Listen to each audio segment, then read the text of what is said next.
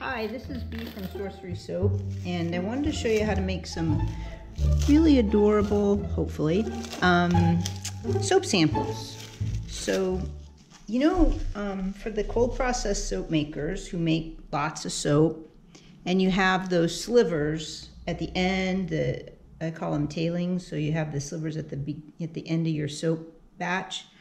Well, if you take that soap and you start molding it right away, you can use it just like soap dough. Even if it has sodium lactate in it, it won't be super smooth, but that's really not the point, because you're not making you're just making a sample, an adorable sample. So if you take it the minute that you cut it and you mold it up into a ball and put it in plastic, finish doing what you're doing, and then it'll, look similar to this.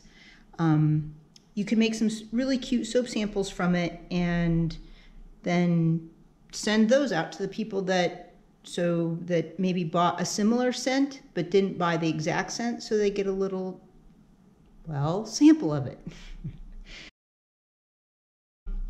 Anyway, these are the colors that I have right now on the website of soap dough.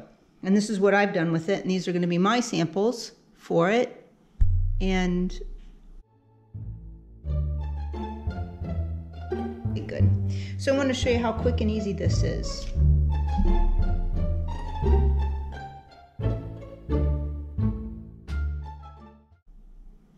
I'm working on some new soap dough colors. The two soap dough colors that I don't seem to be able to keep in stock, and I'm going to make very large batches of them, and mostly because I really love the color. The two colors are Rainforest, I don't even have any right now, and Rainforest Green, and Twisted Berry Twist. And I call it that because Nurture calls it Berry Twist, and I put a little twist on it to make it pop even more. Okay, so I want you to be able to see this. You can see that, right?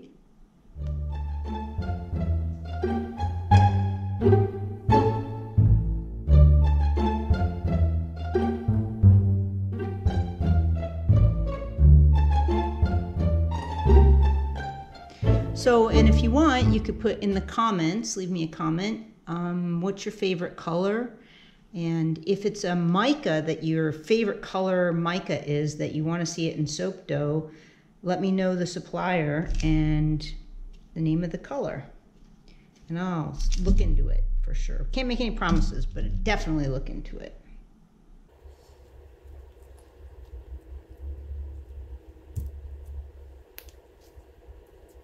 Push these up here. So because this one has 3 soap cookies attached to it, 3 pieces of soap, so obviously it's a little thicker and it's going to take a little bit more time to cure. I've let these cure so far, I think 2 weeks, so maybe 3 weeks I'm going to let them cure. And these are, I have new books coming out, and when I say new books, it's the soap recipe book of Light and Shadow. And I'm going to restock those with pre-printed binders.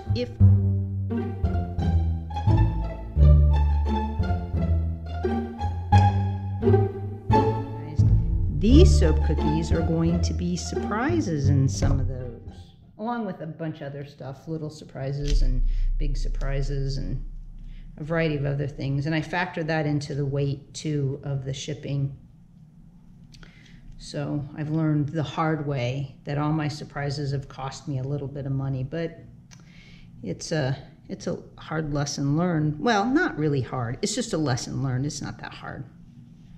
So, and Snob Love, she has an example of, see how I use my duster right now? I use a piece of muslin with cornstarch in here, and I just dust it, and it's just everywhere. Every time I make soap cookies, freaking everywhere.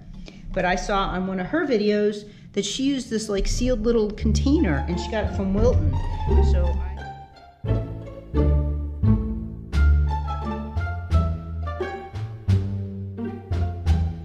I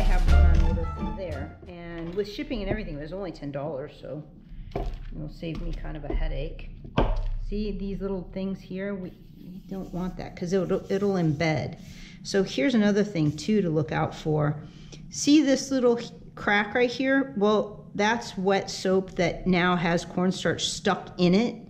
And when you roll the soap dough out, see this side? If you make sure that the whole thing is smooth without any cornstarch, then you can use as much as you want. But the cornstarch will get into those little crevices, and those are a little bit harder to work out. But I'll show you how I do that too. So, and if you want, this is water grade PVC. This is this rolling pin is 1.5 inches, and it was like, I don't know, a couple bucks. So I was looking at the really big rolling pins, and I couldn't. I mean, the big ones were like started at $30. I'm like, yeah, I can't abide by that at all. So I got that one because I could spend $30 on fragrance oils and micas. Okay. So and then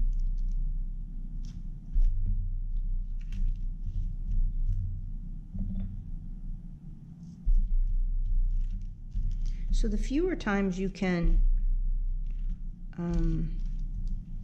you have to knead your soap dough, the longer it's going to last.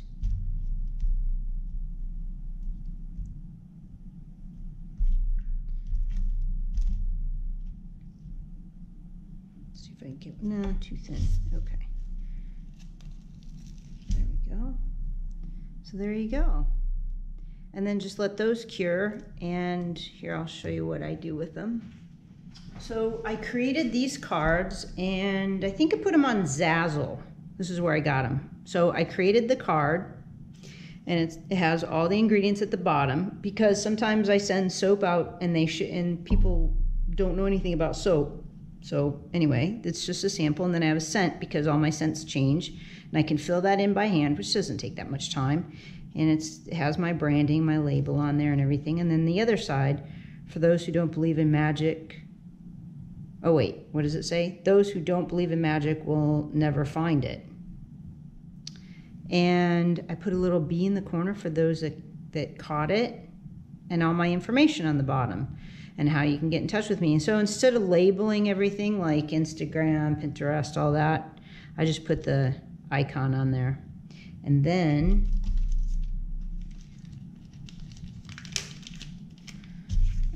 these go right in there, and then just slip that in there. Now this plastic's totally screwed up. Anyway, so that's what I do. Hopefully that helps. And here, let me pull these out. And then I just spritz with alcohol so that it somehow, I don't know the chemistry of it, but somehow when I spray it with alcohol, it gets rid of the cornstarch. And let those cure. I'll let these little samples cure for a couple weeks too. Mostly what I do, and I've had people ask me that before, is how long do you let those little things cure, the little creations? It really depends on the size of it, and there isn't any hard and fast rule. They're samples for one, so nobody should be mad at you if you use it right away. I mean, I could put this in water and use it right now, but probably make them, and then I just, I store them and I just let them cure, and then when I get time in a couple weeks, then I package them all. So I'll make 100 or so of them, and then I package them.